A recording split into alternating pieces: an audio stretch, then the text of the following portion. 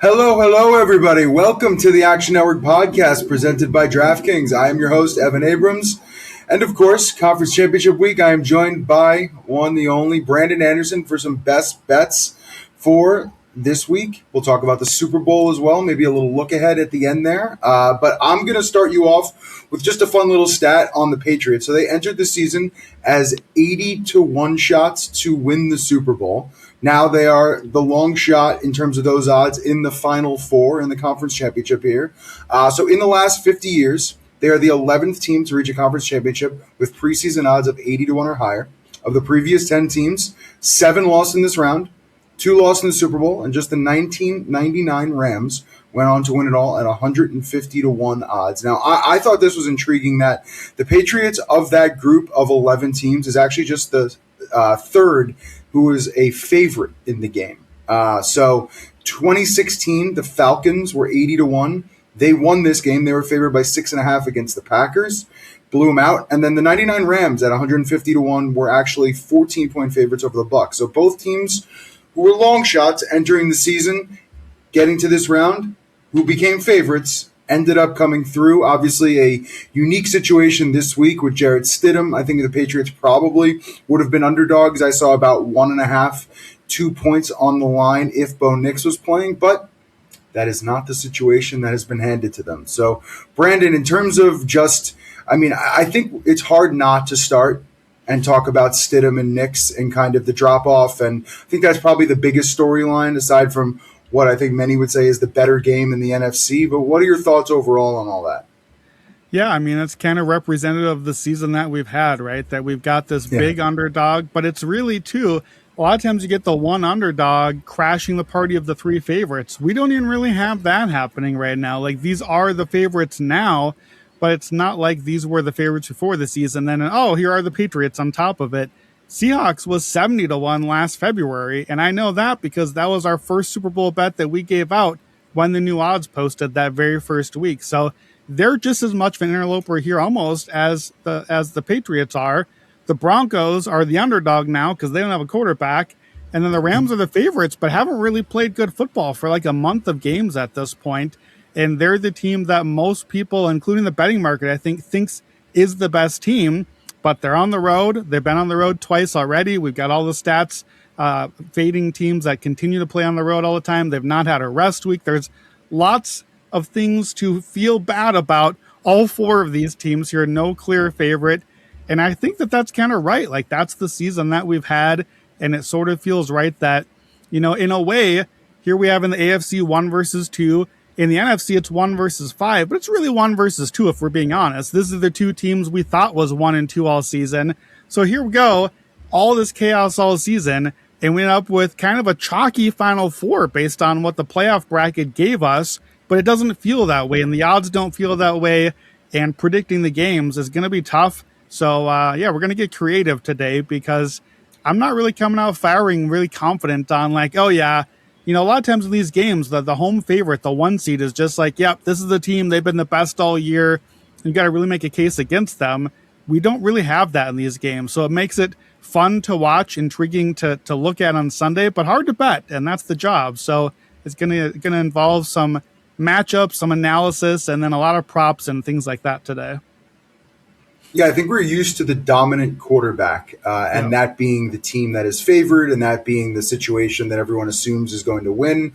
This year, that team with the experience is the underdog. So I do think it is a bit of and especially having won a Super Bowl as well. So, and if Seattle and New England both advance, I have them at 60-1 in there. So you got a 60-1 shot and an 80-1 shot. So some people should have some fun tickets. But if you'd like to tail some of the bets we're about to discuss, find the QuickSlip link in the podcast and video description, or visit actionnetwork.com/bet now, or even better, just sign up for Action Pro. Action Pro users get real-time alerts as experts like Stuckey, Brandon, Chris Raybon all track their picks in the Action app.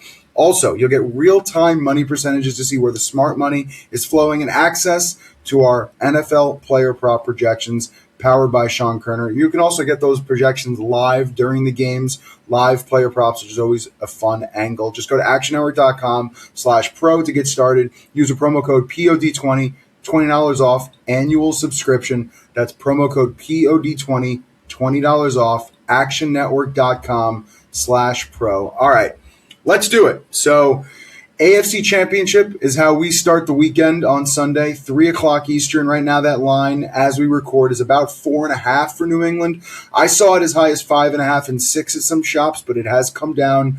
And the total, which was about 40.5, now up to 42.5. So you've seen some buyback there, a little bit of move on the over on that game. I'll let you kind of start there, Brandon. New England, Denver, what was the first one or two things you looked at when analyzing the matchup? Yeah, so obviously the quarterback thing stands out, but I'm going to start with some of the other matchup stuff, and we'll get to the quarterback. So let's start here. Broncos and Patriots are two teams I personally haven't really believed in all year. We've been betting against both of these teams over and over on this podcast. I still don't actually have either one of them top 7 in my power ratings. Obviously, we're down to 4 teams now, but still considering the whole league. Last week on the pod, I put Denver on fraud watch. I came out heavy, swinging with Buffalo. Look, we lost a bunch of the bets. We still were profitable on the team total. I'm not totally sure that the stats or the result proved us wrong on that one. It took 5 Bills turnovers, like 7 straight 50-50 calls down the stretch, all that to eke out a lucky overtime win as home favorites for Denver. So I still have some doubts on both of these teams, but I can't fade them both anymore. They're playing each other. And typically, look, I'll be honest, if this game was in like November 3rd or something, I probably wouldn't have a play on this game because I have been off on these teams all year. But it's the AFC Championship. You can't just punt on a game at this point. So I had to start here with not really knowing on either of these teams, but I have had Denver slightly ahead of New England, kind of all the way. Slowly, they've been moving up in my power ratings, but Denver has been ahead. Of course, then there is the quarterback thing. But by season-long numbers, I think the weak link here is still the Patriots defense. 25th in DVOA on the season. Denver's offense, we've talked about this, last 6 weeks of the season, up to 7th. Really improved down the stretch, of course, with Bo Nix. So then what does that mean? And we've seen the Patriots improving defensively down the stretch. Meanwhile, we talked a lot about it last week. Denver's defense faded down the stretch. Not quite as elite as they had been early on. And the Patriots offense, their strength, has not really been that good in the playoffs so far, if we're being honest. They've hit some big plays, but not really been underwhelming, if anything, against the Texans and Chargers. Good defenses, but they haven't done a lot. So Patriots offense faced only one top 5 defense all regular season. Now, this is 3 in a row in the playoffs. In that one regular season game, that was Cleveland. They only had one drive over 7 plays in that game. They ended up getting some points, but a lot of it came on short field, turnovers, that sort of thing, and haven't really looked that great in the playoffs outside of hitting some big plays, which those count, but they're not going to move the ball up and down the field a lot. Denver's defense, I do think, matches up pretty well here. So here's some of the things I like. Denver is way better defending the outside run. They funnel in and stop outside. That's a good strategy overall because inside runs are going to be shorter generally, and you're limiting the explosives by outside. Patriots have not run the ball well inside. They've broken some big ones outside. So I think that matches pretty well. Patriots are also very pass heavy. And as we've said a lot about them, number 1 explosive rate in the league offensively. Some running, but especially passing. Well, guess who's number 1 limiting explosives? It's Denver. They have been the best. Only 8% of the plays against them all season, explosive plays, including just last week on deep passes. Josh Allen, ostensibly the best quarterback in the league, 0 of 9 on deep passes, 2 interceptions. You can't really do much worse than that. Another big thing, I think, is Denver's pressure rate. They had more pressures this season defensively than any other team, and I'm a little worried about the Patriots' offensive line. They did not look good the last couple of weeks. Will Campbell, the rookie left tackle, since coming back from injury, he ranks 87th out of 98 tackles in pressure rate. That is not good. Jared Wilson, the left guard, he's a rookie as well. I think that line is vulnerable to all this pressure. And one other swing factor, Denver has been a top 5 red zone team, offense and defense on the season. New England, below average offensively, dead last defensively. So if you're looking at how do we make the case for the underdog, these are some of the ways you're building the case here. Is a couple plays in the red zone outweigh heavily all those other plays in between because it's such a huge swing. It means 7 points or 3 or none. And if that swings one play like that towards Denver, that can help the underdog. One big pressure rate, one big quarterback sack or fumble, that sort of thing. On the other side of the matchup, couple notes on Patriots defense. So that's been the bigger strength for them lately. I think it's a bit of a sell high spot. You have the stat in your column, Evan. 6 teams have allowed 16 points or less coming to the conference championship. Those teams are 0-6 in that game. Patriots are not a 16 points or less defense. They are not as good as they've looked. And here's the huge difference in this game. Texans and Chargers, terrible offensive line. As bad as anyone in the league. Broncos are a top 3 offensive line. And that's going to be a huge, I think, shock to the system for these Patriots pass rushers that haven't really been that good this season and have got kind of lived in the backfield against no blockers. Now they're facing a much, much better line. And that line, to come back to the quarterbacks now, I think it gives Jarrett Stidham a real chance. I think that offensive line can help Denver break some long outside runs, give them a run game, and I think it can give him a pocket to do some passes. Denver is heavy on short passes, ball out quick. That's going to give your quarterback a shot. Bo Nix, I think, was floor for this team, not ceiling. I underestimated his floor as a quarterback. He really has been good for them. But what if the floor was actually the line and Sean Payton and the system and Bo Nix fitting into that? To me, that's the setup here. I think the matchup tells us Denver has some real advantages here, enough to have a real shot in this game. So, yeah, let me ask you a question. I'm interested in your answer, and then I'll give you a few stats on my angle. So just hypothetically, let's say Bo Nix isn't injured. He's playing in this game. Yeah. Denver is -1.5, -2.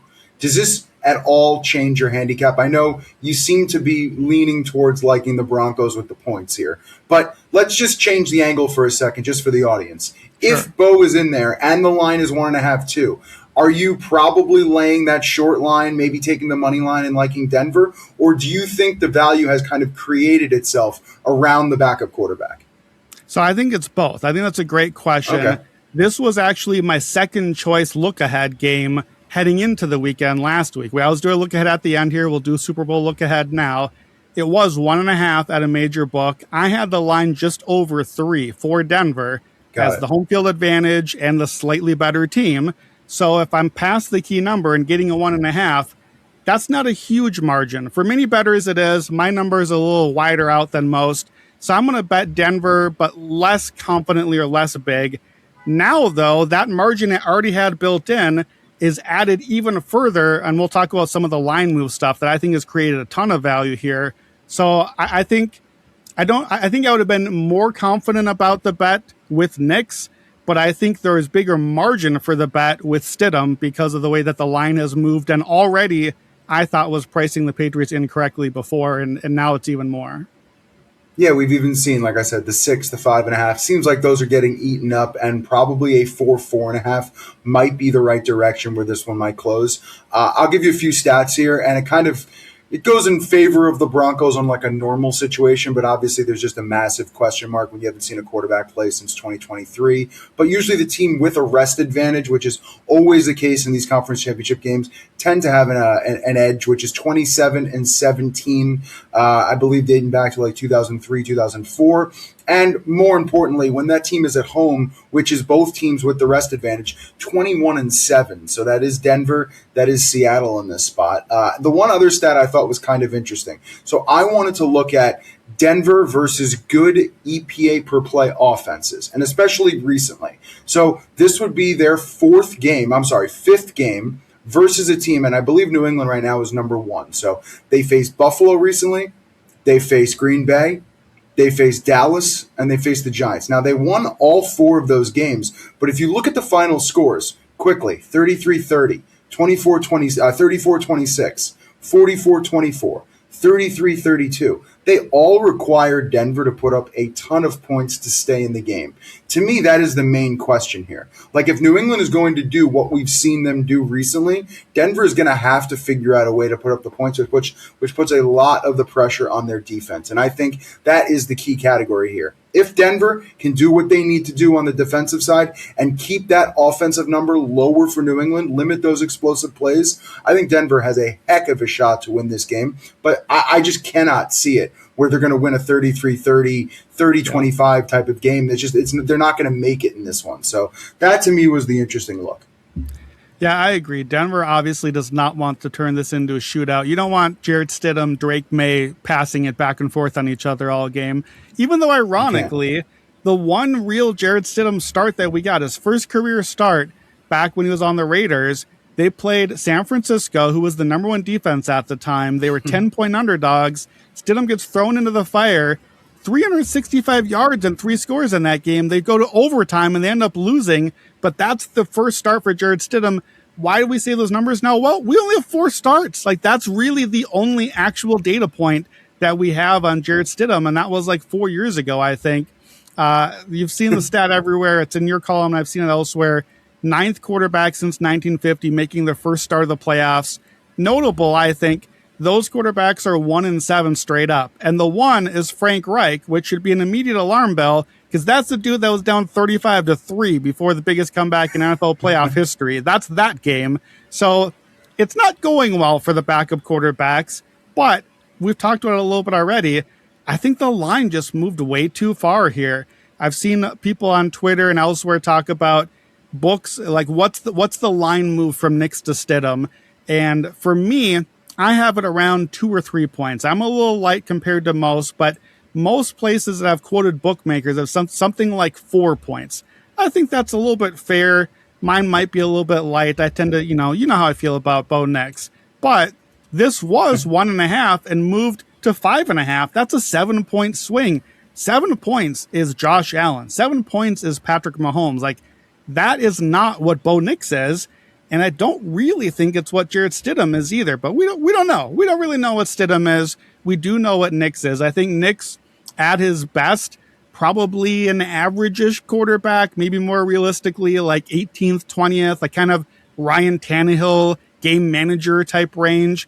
He made the big throw last week. Maybe this is slanderous, the guy that doesn't get to go out and play this week. But either way, not Mahomes, not Allen. So, yeah, if I had Broncos -3-ish before with Nix, going to the quarterback here, making that switch, for me, makes this still something of a toss-up for Denver. Certainly nothing like 4 or 5 point favorites. So some of the other numbers here that are in Denver's favor: home playoff underdogs of 4 more points, 5-0 ATS in the last 2 decades, covering by 8 points a game. They're 2-3 straight up, but all 3 losses are heartbreak 1-score losses. You probably remember them if you went back down the list. I think 9-0 ATS all-time from your column, home playoff dogs of 4 or more. 1 seeds. You want to bet the 1 seed in the conference championship since 2006, 21-5 straight up. That includes 12-3 straight up against the 2 seed. That's this matchup. And it includes 5-1 straight up as anything under a field goal favorite. And those teams are winning by 10 points a game in those. So obviously unique spot here because of the backup quarterback. But I'm going to guess, Evan, we don't get a lot of 1 seeds at home in the conference championship who are short favorites or underdogs without unique spots. Like, that is what these lines are. This is the Nick Foles Eagles game, or that sort of spot here. And then one more from your column again, Sean Payton with a backup quarterback, 14-7 ATS, 12-9 straight up in his career. That's been Teddy Bridgewater, it's Taysom Hill. Look, I think that's kind of a good comp. Drew Brees' late career, not really Drew Brees, kind of more of a game manager, a guy who can limit mistakes, kind of Bo Nixy. I think that's what Sean Payton likes about Bo Nix. So moving to a different style quarterback, Payton has shown that he can still get his team to be competitive. I'm not going to go on Broncos money line here because it's asking a lot for Jarrett Stidham to go win the biggest game of his life and get to the Super Bowl. I think they're live, and I think the only bet here is Broncos to cover. I got on the hot read at 5.5. Like you said, I think it's 4.5 now. Not too significant in all likelihood. Kind of a dead zone there. I want this above 4, though. Once we get to 4, we're starting to push in key numbers. So I'll take Denver and the points. I do think most likely the Patriots win a close one. It takes kind of, some big play late in the game. But if you want the money line, plus 210, I don't see a ton of value in that given the Stidham of it all and the fact that I haven't been in on Denver all season anyways. I'd rather just take the points and kind of stay out of the way. But if I was going to play a money line, that's the only place I'm finding value in the game. I just think this line is all wrong for Denver. Yeah, and even if you look at home underdogs in general in the playoffs, since 2013, 15-4-2 against the spread, and they are covering by 5.5 points per game, which to me, very indicative of what we're about to see. Like if Denver wins this game, it's probably going to be 23-20. It'd be a fun exact score. And right there, that is about a 7-point swing on the other side. So that would be pretty much in line with the 5.5 points per game, or relatively close. And then you just look, since 2018, those home underdogs in the playoffs, 9-6 straight up, 12-3 against the spread. Usually these are tighter games than we imagine, but this week is just so difficult to handicap when you just have no idea what you're going to get on the other side of the ball. But Denver's defense, other than maybe Houston and Seattle, I'm not sure I would pick a better defense at home I would want in this scenario. So it's what makes it a really unique situation, in my opinion, is how good Denver's defense is, and the ability also for Surtain to possibly shut down either a wide receiver, half the field, or at least make the number 2, number 3 slot tight end a little more attractive if they decide to, depending on how they decide to use him. So to me, that's the interesting part. I think you want to do some props on this thing. What do you got? Yeah, I was going to say one other thought here. I don't have the number on this because this is just off the top of my head. But if you do like Denver to win, if you think the Broncos are going to steal this game, I don't think you want to bet just the money line, because now you're probably betting on like that late field goal outcome, and you're probably betting on either Stidham making the drive late or Drake Maye not getting the drive late, which, Denver's defense. But I think maybe you might even consider, rather than the money line, plus 210, not enough for me to nibble. How about like Broncos -6 or 6.5 or some one of those alts where we saw some of those stats are these teams that are winning aren't just winning, they're winning by like 10 points. And wouldn't you rather have Stidham managing the win late, and maybe you put like a Denver defensive touchdown and a Denver -6 and throw in a parlay or something like that, where it's like, okay, what's the script here? Why did Denver win? Probably Jarrett Stidham is not why. He might be part of how they won, but he's probably not why they won. Maybe that defense, that part of the reason I've been hesitant to like this Vance Joseph defense is I think they're a little over aggressive and they can be exposed at times. But in this game, as underdogs, you want the aggression. You want to go make a play, bring the game to the Patriots. So I think if you are betting on Denver, you're betting on that sort of angle. So if you want to play Denver, I don't think moneyline is aggressive enough. I think you have to be more aggressive some way like that. I do have one prop here, but the prop, you got to kind of play it carefully here, because as a running back prop, I like RJ Harvey receptions, but as we are recording, we don't know if J.K. Dobbins is going to play, so some of these lines aren't even really up yet. So here's the reason I like this. Hard to learn too much from Jarrett Stidham, but I did go back through his 4 starts and some of his preseason numbers and did my best here. One thing that I think is going to be a big downgrade from Nick's, Stidham's going to get sacked. He's taken 13 sacks in 4 starts. Nick's only about 1 per game. I do think Stidham can scramble a little bit. He's had some decent runs. I looked for an angle there. I don't really see it. I do think some negative plays. Nick's is really good at limiting negative plays. One consistent trend, though, because he takes all that pressure, Stidham passes a lot to running backs. In his 2 Denver starts, 21 of his 66 passes, 32%, were targeting running backs. So about 1 out of every 3 passes he made. That was kind of the case, a little bit less so in this preseason as well, in about basically 1 game of action. He was really good this preseason, by the way, but, preseason. Patriots, bottom 5 fantasy points allowed to running backs, but top 5 running back receptions.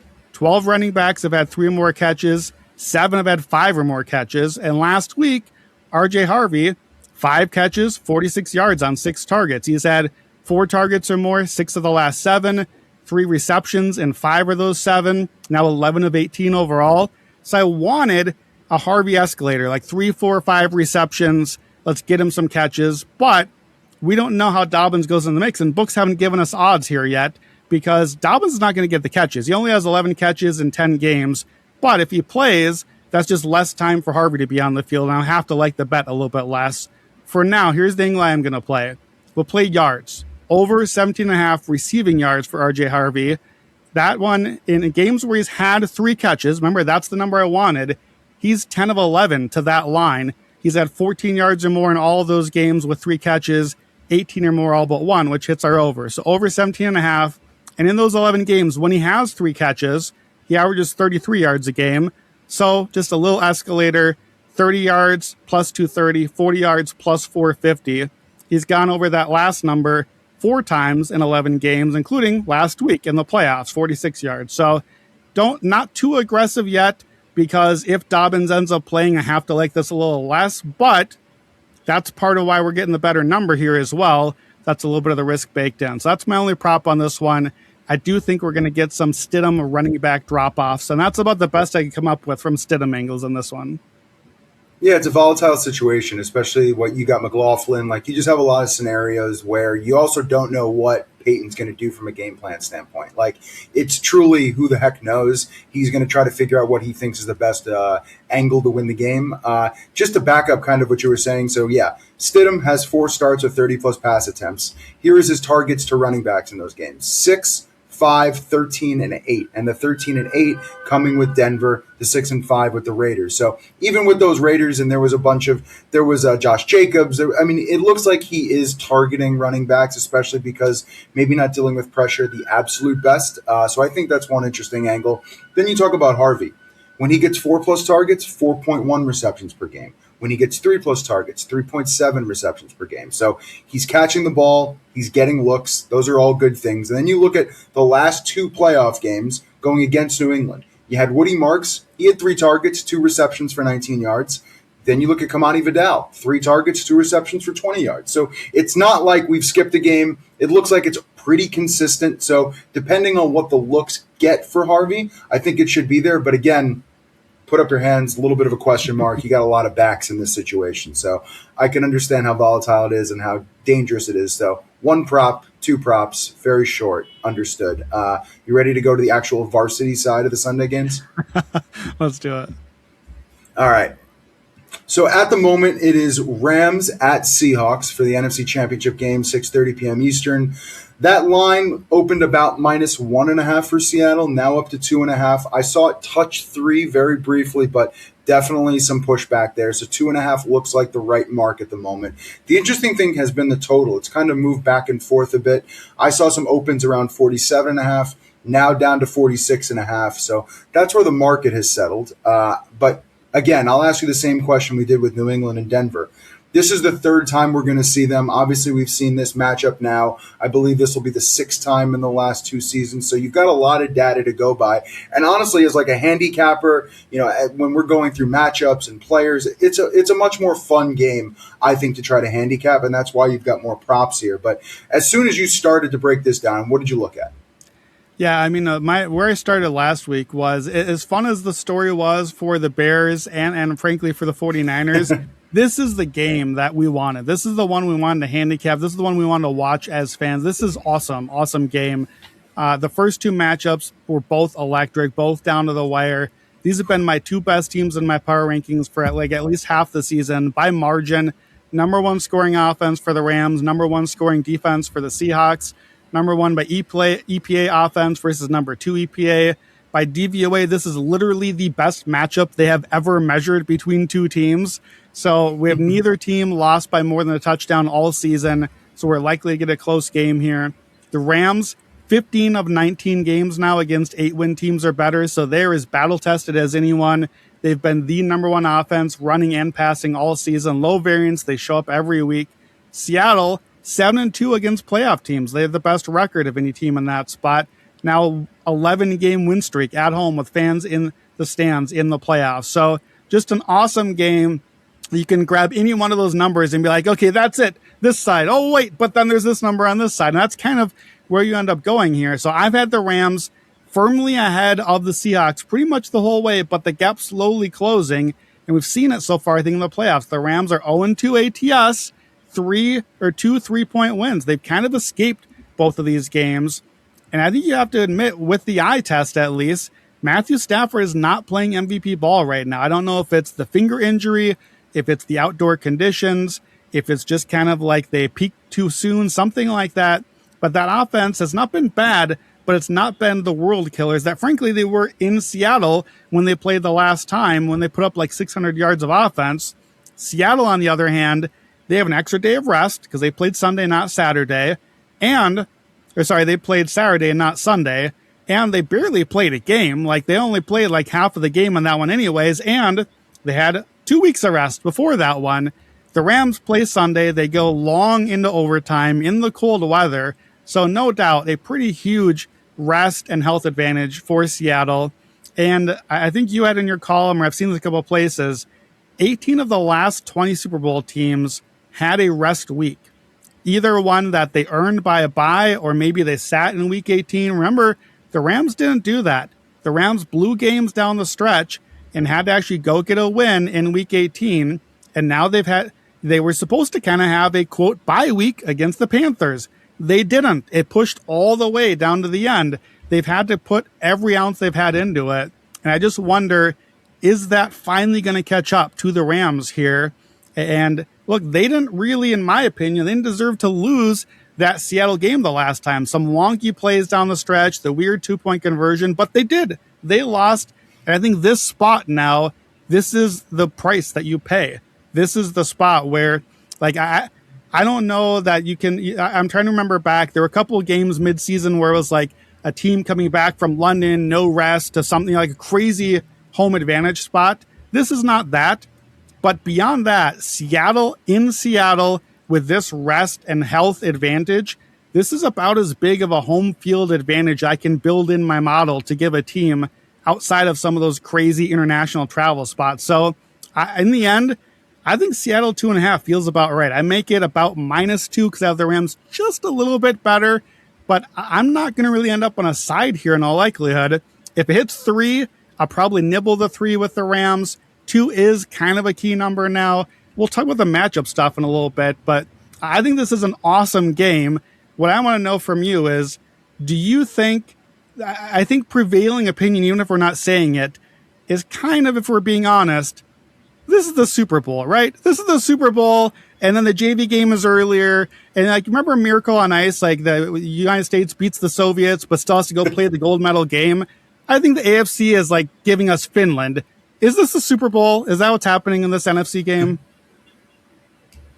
Yeah, I think it probably is. I would say Seattle would be the stronger power-rated team going into the Super Bowl as well. Like, if the Rams get there, I think people will talk about the experience, and they've been there, and Stafford's been there, and all these different types of stats around the quarterback and the coach. But to me, Seattle's the better team, and I think we would all probably hope that New England wins the first game, because I just think the question marks, even if Stidham plays a halfway decent game and they come away 23-20, I think we would probably prefer the number one EPA per play offense, Vrabel as the head coach, and they would get a week plus ish of rest, 2 weeks of rest, and during that Super Bowl, which would help them on the health side. So I think this is probably the Super Bowl. Also, I had failed to mention this, but the markets, like when you look at New England and Denver right now, you almost have like 3/4 of the tickets on the Patriots. So everyone basically telling you, I want nothing to do with Denver. Then you look at this game, and it's basically 50-50. I mean, you come up with 3 reasons why you like Seattle. I'll come back with 2 more why you could take the Rams. So I do believe the line is probably right. I understand resistance at +3, and I also understand resistance probably at under -2.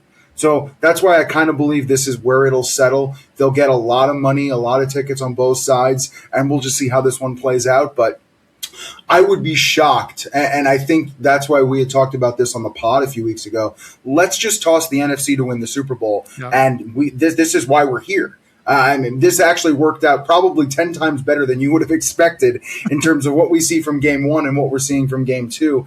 And honestly, it works out great from the schedule standpoint. Like, let's get this first game kind of out of the way. Let's figure out who survives, and then let's look at what is probably the way more interesting matchup. And I think also, and I hate to kind of keep going with this narrative, but it's, when you get down to this point, you're looking at all these really minutiae, all these really little things at the game. But I mean, the faith people have in Sam Darnold, I think, is a little up in the air. Like, we've seen some really good things. We've also seen some really bad games against the Rams.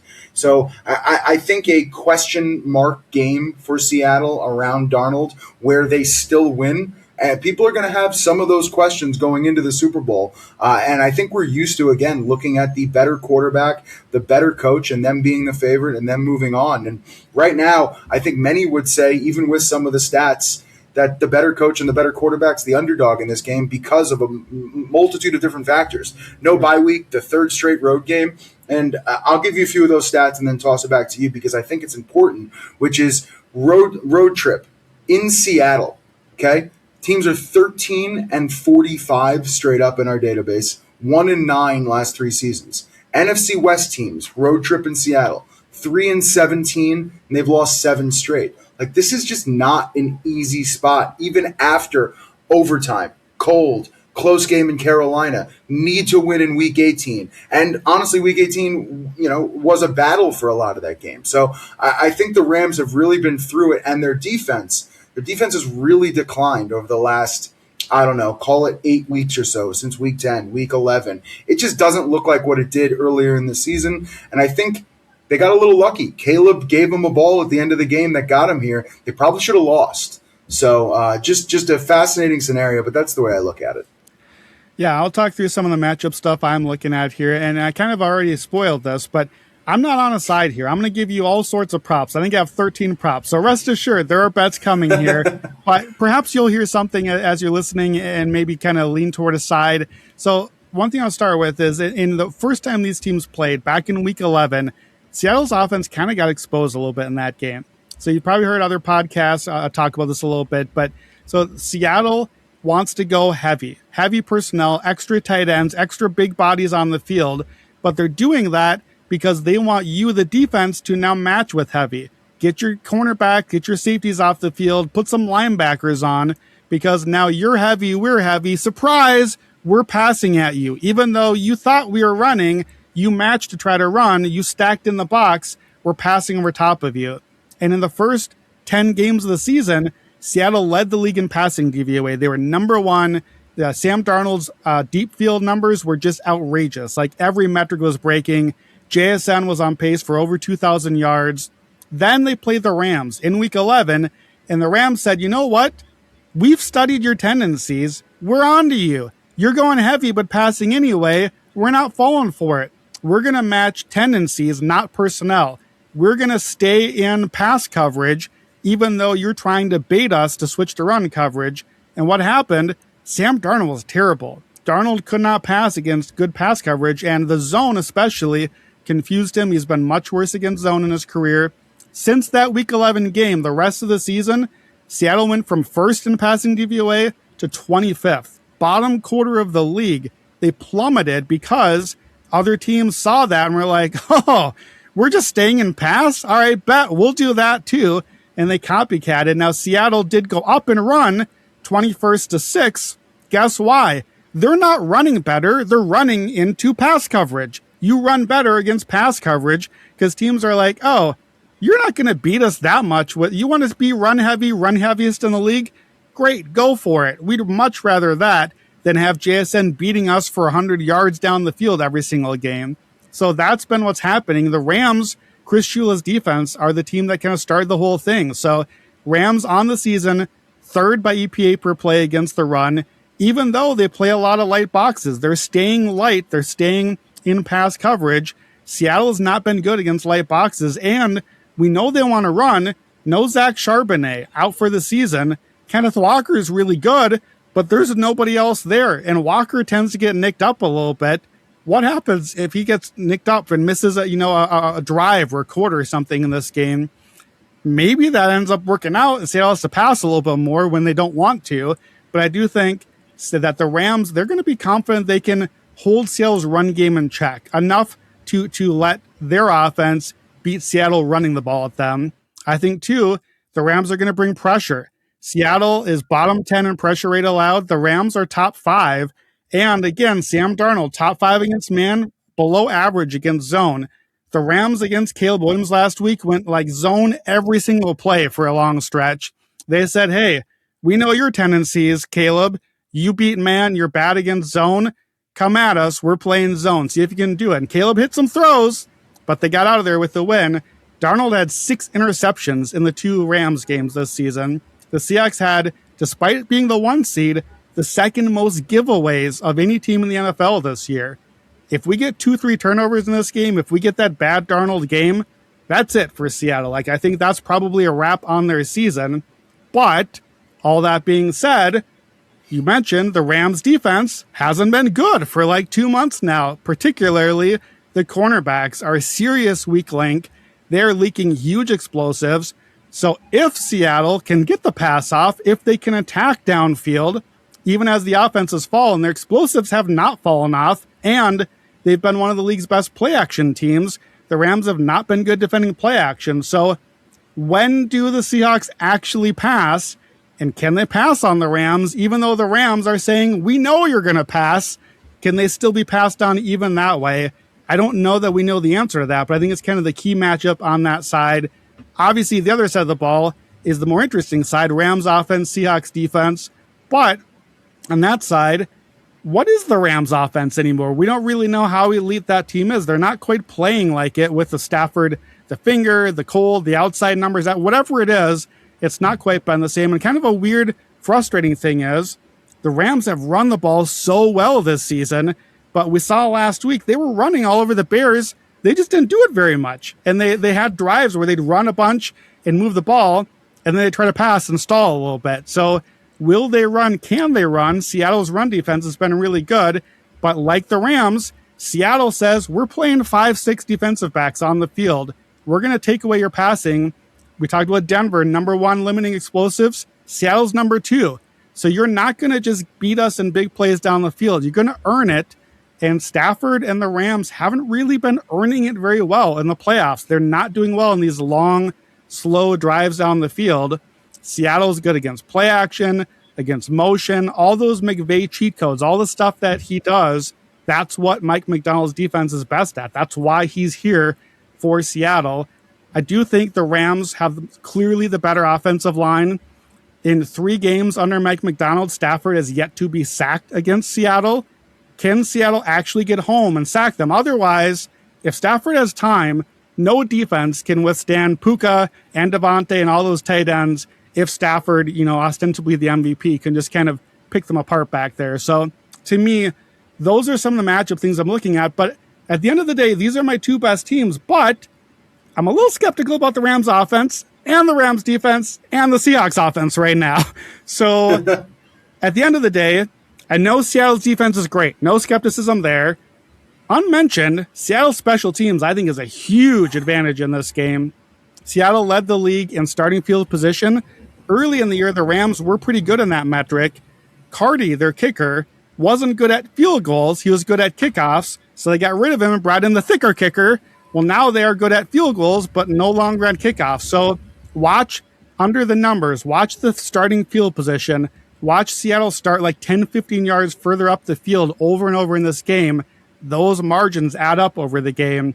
Talked about 1 season, the conference championship, 21-5 straight up in the last 2 decades, 24% on the money line, 5-1 as anything under field goal favorite, which, as we said, we're probably going to get here with Seattle as well. Division favorites, conference championship, undefeated, 5-0 straight up by 11 points a game in the last 2 decades. And then we mentioned number 1 scoring offense, number 1 scoring defense. In the conference championship or later, the defense is 7-1 in that matchup. Defenses are beating these elite offenses with time to prep. And in this case, Seattle's had like a month to prep for this matchup, and they played them twice. They know what's coming. One last stat, dome teams outdoors in the playoffs, 20-31-1 ATS, 39%, 1-3 this year. Of course, that includes the Rams 0-2. And then I can't even believe this is a stat. Indoor teams on the road, outdoors, in the conference championship are 0-15 since the merger. 0 wins. It is unprecedented for an indoor team like the Rams to go on the road in an outdoor situation. The weather kind of looks fine compared to the rest of the country, if we're being honest. But to me, I got my Seattle 70-1 ticket before the season. That was the first Super Bowl bet. I don't have any need to add on there. But I I think the Rams were the better team in the regular season, but in this matchup, in the spot with the edges, outdoors, rest, the home team, I think special teams is going to be huge. I think that's going to be 3 points, 6 points, somewhere along the way. There's just too many little edges for me to be confident betting the Rams. My gut tells me Seattle's going to find a way in this game. So if I had to do it, I would probably do like a Seattle money line. I don't really see betting value either way on it, but it's a fun game to talk about. It's a fun game to watch. Do you have anything else on some of the matchup stuff before we get into all my zillion props?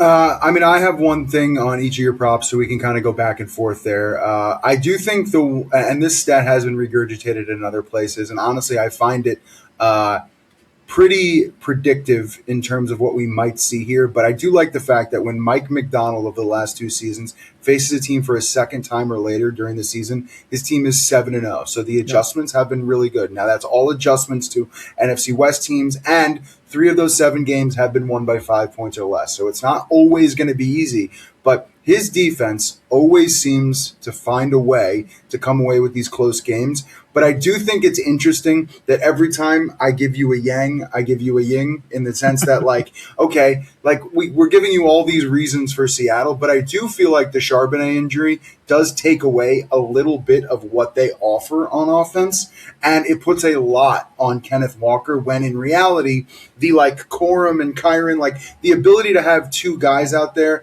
that maybe you value equally from a head coach's standpoint to be able to run the ball efficiently is something that's major. So getting away from that and having to rely on just Kenneth Walker, and you talked about it, a quarter, a drive, whatever it ends up being, where possible he gets nicked up because he's taking a load of the carries here, is something noteworthy, which is why this game is going to be so fascinating. All right, go with your props.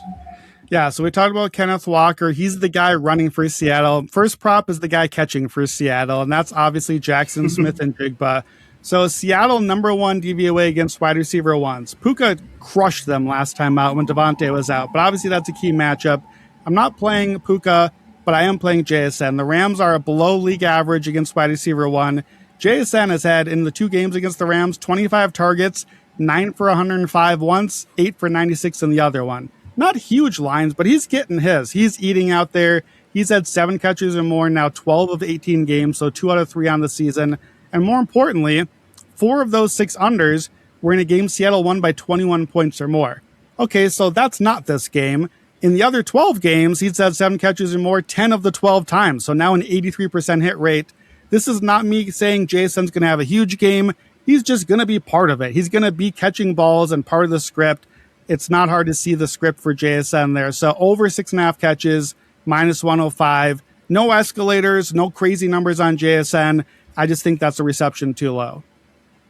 Yeah, those 25 targets are just absurd in those 2 games, which obviously tells to what McDonald's trying to do on offense by going to him. And it goes also to what you were talking about when they're trying to show one formation and just say, heck with it, we're going to throw the ball anyway. And the thing is, with those games, so the stat I had was 6+ targets. He's over 6 receptions in 15 of his last 20 games in that spot. And when he doesn't have the 6 targets, it's basically the 49ers score last week. And so that's the difference. Yep. If you think this is going to be a close game at all, those numbers definitely favor him to get looks. Especially, I noticed this, it's about a 65% clip in the second half. So even if he's got very little early, I expect him to be peppered at some point in this game. And also, I think it'd be crazy not to assume that Cooper Kupp is going to get some love in this game against the Rams, a bit of a revenge spot, which we've seen already. But in this big of a situation, I think they will rely on him a tiny bit. And even though his separation has been really, really bad, he is still Cooper Kupp, which is interesting. Yeah, so let's go to Rams. Kyren Williams, we played him as a pass catcher last week. I'm going to go back to the well here. Seattle allows the least running back points fantasy-wise to running backs, but the most running back receptions. We've been playing that angle a lot this season, and that's Kyren. Blake Corum, 8 catches all year. That's not what he's out there to do. Kyren has really gone up as a receiver lately. First 14 games, 1.9 catches, 15 yards a game. In the 5 games since, 3 catches for 24. That's an extra 50% on his catches, 3 or more in 4 of those last 5 games. And you see it in Seattle. First game was before that, 1 catch for 5 yards from Kyren, 2 targets. The other game, 3 catches for 15. It's not huge, but 6 targets. You can see that he's getting the more volume. In those first 14 games, he had 0 to 2 targets, all but 2 of the games. Lately, the targets are up. I think the receptions are up as well. So I started at 2.5 catches. That's at like a plus 150 number. But I noticed this. Every time Kyren has at least 3 catches, he also has at least 15 yards receiving. That's 6 games he's done that. But I noticed when he has 2 catches, he still has at least 11 yards all those games. And the regular line for Kyren is just 11.5 receiving yards. So I'm going to actually play a little less aggressive here for once and just take the receiving yards line. Minus 112, over 11.5. It's just the standard line. And I think he can hit that one with only 2 catches, or obviously even just one good one. But I think that actually gives us a little more cushion. I don't mind more cushion against Seattle's defense. They're pretty good. I like to get a couple wins here. So we'll play the more conservative route. And then if he does get a couple catches or hit a long one, slight escalator, 30 yards or more at plus 425. He's hit that in half of his games with 3 catches. So 3 of the 6. And Seattle's allowed that 8 times already, 30 yards to a receiving running back on the season. So Kyren Williams, not huge. Just give me the 12 yards receiving and a shot at the 30. Yeah, the crazy thing I looked at was, now I'm just giving them the loss because of being an underdog, and I feel like it's a better spot to look at. But when they've lost against the NFC West, his targets are 6, 10, 5, and 10 in their last 4 games, with receptions of 3, 8, 4, and 6. So to me, if this game is close at all, he is someone that way more than Blake Corum is going to see work in the pass game. And you had mentioned it. Seattle, 6th most receiving yards per game to running backs, 6th worst in DVOA. Like, that is an opportunity for the Rams in this one, especially if they're going to start showing some of that 13th personnel we'll talk about in a second. And to me, the interesting thing is, I think a game or two ago, they're talking about like 30-plus targets to Puka and Devontae. This is another way to attack downfield, especially a little bit surprising in that McDonald defense. So Kyren receiving is something that should happen in this game. Yeah, I agree. All right, let's talk about that 13 personnel. You know we love that. We've been betting these Rams tight ends a lot all season. So first game, we went with the Terrence Ferguson reception or longest catch escalator, and then he like barely even got on the field. Total bust on our play in that Seattle game.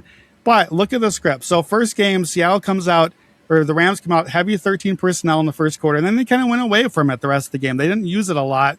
In the second game, they used it. 62% of their snaps were 13 personnel. Remember, 13 means 1 running back, 3 tight ends. So they're going heavy with all those tight ends, and really they're even lining up like Puka and some of the receivers kind of as a tight end type play as well. So that's still over half their seasons against Seattle on the season, or half of their snaps on the season. And I sort of feel like those numbers tell us maybe McVay was saving this. That was the big matchup they wanted that second game. It was working. They just kind of screwed around and gave the game away at the end. But then last week, you go to Chicago, and you have this cold, awful game in the weather. Don't you just want to go heavy and run the ball? No, only 9% of the snaps in 13 personnel last week. They didn't really use the big thing we've been talking about.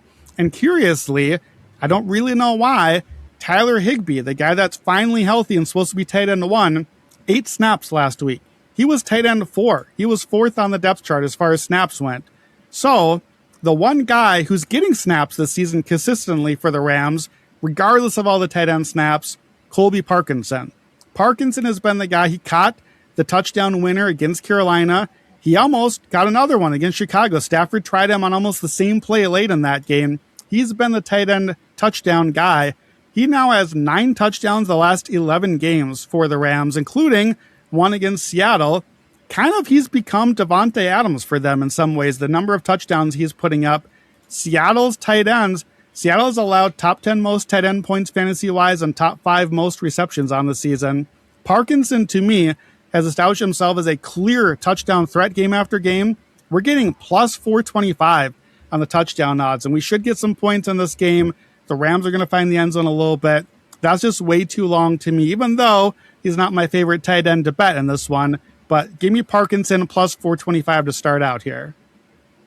Yeah, I'm a big Colby fan, especially when you look inside the numbers. 2+ receptions, 13 straight games, 20+ receiving yards, 9 straight games. And looking at the Seattle side of the ball, 29th against on the receptions and 27th against receiving yards. So that is a flaw in the defense that can be beat. And then you look at week 16.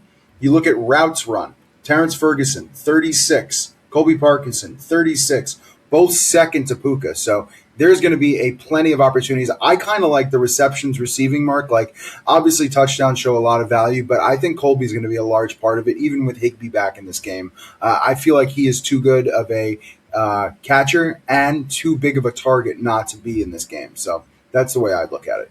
I agree, and I think on top of that, our guy Terrence Ferguson owes us a longest catch from that last game we bet it. We're going back to the well. Never wrong, just early. So I didn't play Ferguson in game 2 against Seattle. What's he do? 3 catches, 33 yards, and a touchdown. 3 catches is a career high for him. He had a 27-yard catch, 4 targets. That's the thing we thought we were getting in the first game, and then he barely even got on the field. He has now had 4 targets or more, 3 straight games, and his snaps are there. He's been up to about 2/3 of the Rams snaps since the start of December, game to game, and 4 targets is key because he's only catching 40% of his targets this year. That's partly because his targets are all deep. 70% of his 30 targets on the season are classified as deep balls this year. That's what they're using him for. Wow. It's kind of a receiving role from the tight end, attacking downfield. So 4 targets or more is important because we're probably only going to get 1 or 2 catches here. We needed a count. We're running it back over on the longest reception, Terrence Ferguson, an absurd line. It's listed at 10.5 yards. Okay, let's talk about Ferguson's catches. He's had 12 catches in his career. 3 out of every 4 catches he's had are 18 yards or more. What are we doing putting this line at 10.5? He's had a catch in 8 games this season. He's had 19 yards or longer, longest catch, all but 1 of those. Only 1 game this year did he catch a ball but not hit the over on this line. Half of his career catches are 27 yards or more. So we're playing the 10.5 over longest reception, and we got to do the receiving escalator. He owes this on 20 yards, longest catch at plus 256 at DraftKings. No brainer. That is all but 1 game that he's had this season with a catch. He's at a 19 or more. We need 20 or more. 25 yards or more, plus 455. He's done that in 5 of 6 games when he had at least 3 targets. So hopefully we get some real snaps and targets. We're running back our longest catch. And I had to play the touchdown here as well for Ferguson. Plus 750. I don't think of him as a huge scoring touchdown threat, kind of like Parkinson is more so. But he scored 2 of the last 3 games now. One of those was against Seattle. And if you go back, Stafford's last 14 touchdowns, 8 of them have been tight ends. That's over half of his touchdowns going to tight ends. So I'm playing this with Parkinson. We're basically getting what I hope are both top tight ends, and they're getting like 2-3 tight end touchdowns some of these games. We're getting them both together at 450 and 750. I think those are just way too long. Terrence Ferguson, my guy. Nobody has been supporting you like me on this podcast. Go give us some good catches this week. Yeah, so last week I tracked picking the app for the Rams to score a rushing touchdown in the game from their running backs. That happened. In this game, I want DraftKings to post a prop on will there be a tight end touchdown. Like, I don't want to be choosing. Just give me something like plus 110, plus something plus odds. Combine them all. Higbee, Parkinson, Ferguson, Davis Allen. I don't want to choose. I want to bet that they're going to go there. And Stafford loves his tight ends in the red zone. So that would be the bet I'm looking at. Terrence Ferguson, he is just too hot and cold for me. Like, yeah, those odds at plus 750 is honestly really crazy, especially given the situation. But just give me a tight end touchdown. All right, what's your last prop? All right, I think the most fun you can bet this weekend is on Rashid Shaheed. We saw in the last game, opening play of the game, Rashid Shaheed takes the kickoff all the way for a touchdown. Here's my Rashid Shaheed bet. Over half of a rushing yard. I just need 1 yard from Rashid Shaheed. So here's the case.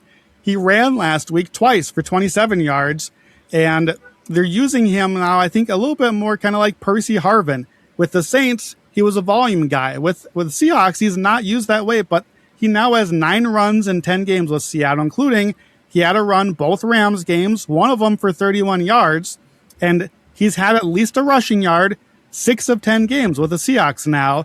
So we only really need 1 run or a backwards pass, like a little screen over to the side, give us the lateral pass, that's a run. We'll take whatever we can get.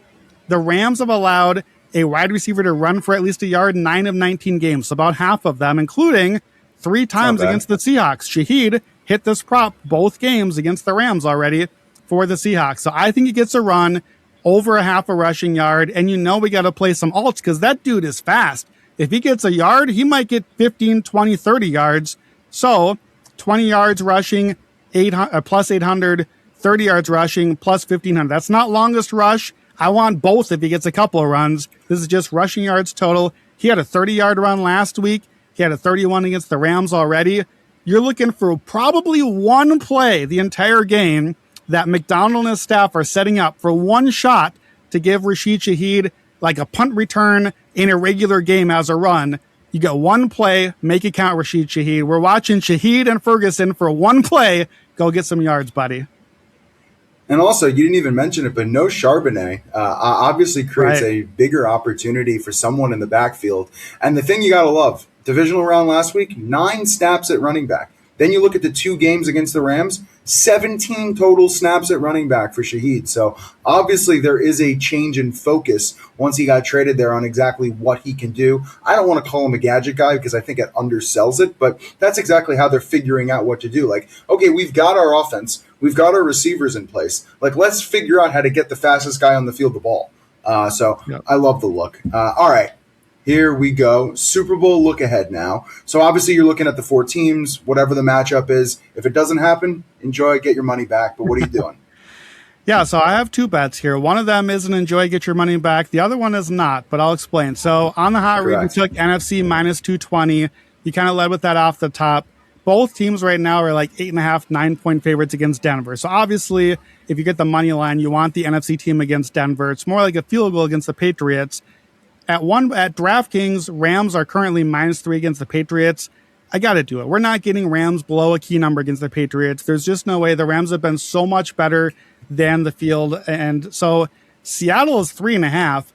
You said earlier you had Seattle slightly ahead of the Rams. I can't get there. I would have the Rams slightly ahead. So to me, Seattle above the key number, but the Rams at the key, that makes no sense to me. I make it like Rams 5, 5.5 at least on the neutral.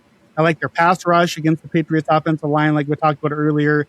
Obviously, the Rams have the far better weapons than the Patriots. That's been the whole MVP conversation the entire year. I think the winner, we know the stat in the Super Bowl, the winner covers like pretty much every single time. So if you're going to like the Rams, you're going to like them at -3. And I don't think we're going to get that number for long. So -3, Rams, Patriots. And then the one I like a little better, we did Super Bowl MVPs at the start of the playoffs.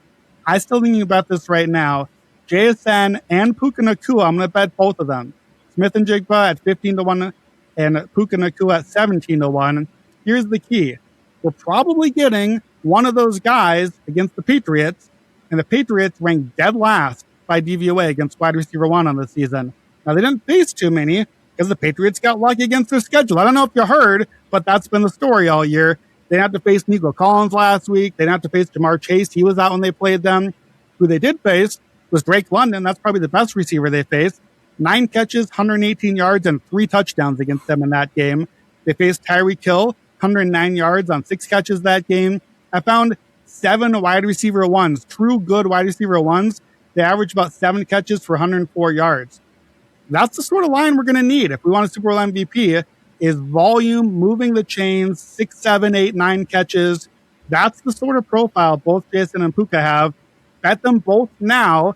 One of them is going to be dead ticket by the end of Sunday night, but the other one, you're sitting on 15, 17-1 on the best weapon, on the favorite in the Super Bowl. You're going to like that. That basically we're getting like a 6% implied here. And in the last 16 MVPs, 3 of them in the Super Bowl have been receivers. We are trending that direction. We got a Rams MVP and a Patriots MVP. So these teams playing have seen that in the Super Bowl. I bet JSN and Puka before the playoffs started at longer numbers, but now they're here. One of them is going to be in the game, and I'm guessing that's probably going to be my favorite Super Bowl MVP bet next time we're on talking again. So why not just get it now at a better number? Yeah, I think you're right there, because I'd be curious what either of those players would even open at when they're actually physically in the game. And I think you're going to get in that, I'm taking a guess here, 8-1 range. Like they're going to be maybe the third, fourth option behind the quarterbacks. potentially. It's interesting. If Seattle's in the game, you have no Charbonnet, so maybe Walker gets a little bit more attention. And we know McVay absolutely loves himself some Kyren Williams, so even with Blake Corum in the game, maybe Kyren runs for a few touchdowns, but I feel like at 15 and 17 to 1, that's hard to pass up. All right. That'll do it here on the Action Hour podcast for our NFL Conference Championship Best Bets episode presented by DraftKings. If you want instant notifications when action experts track their bets, go to actionhour.com/pro. Use a promo code POD20 for $20 off a year of Action Pro. And if you haven't yet, check out our new AI Quick Slip bot on X. Just tag Playbook at Playbook. Tell it to grab whatever bets you're looking for. It'll create a quick slip link for you in a matter of seconds on Twitter itself. Super easy. And again, if you want to tell some of the bets we gave out today, make sure to look for the quick slip links in the podcast and video description or go to actionhour.com/bet now. Thank you for listening. Enjoy the slate. Good luck with all your bets this weekend. Let's cash some tickets.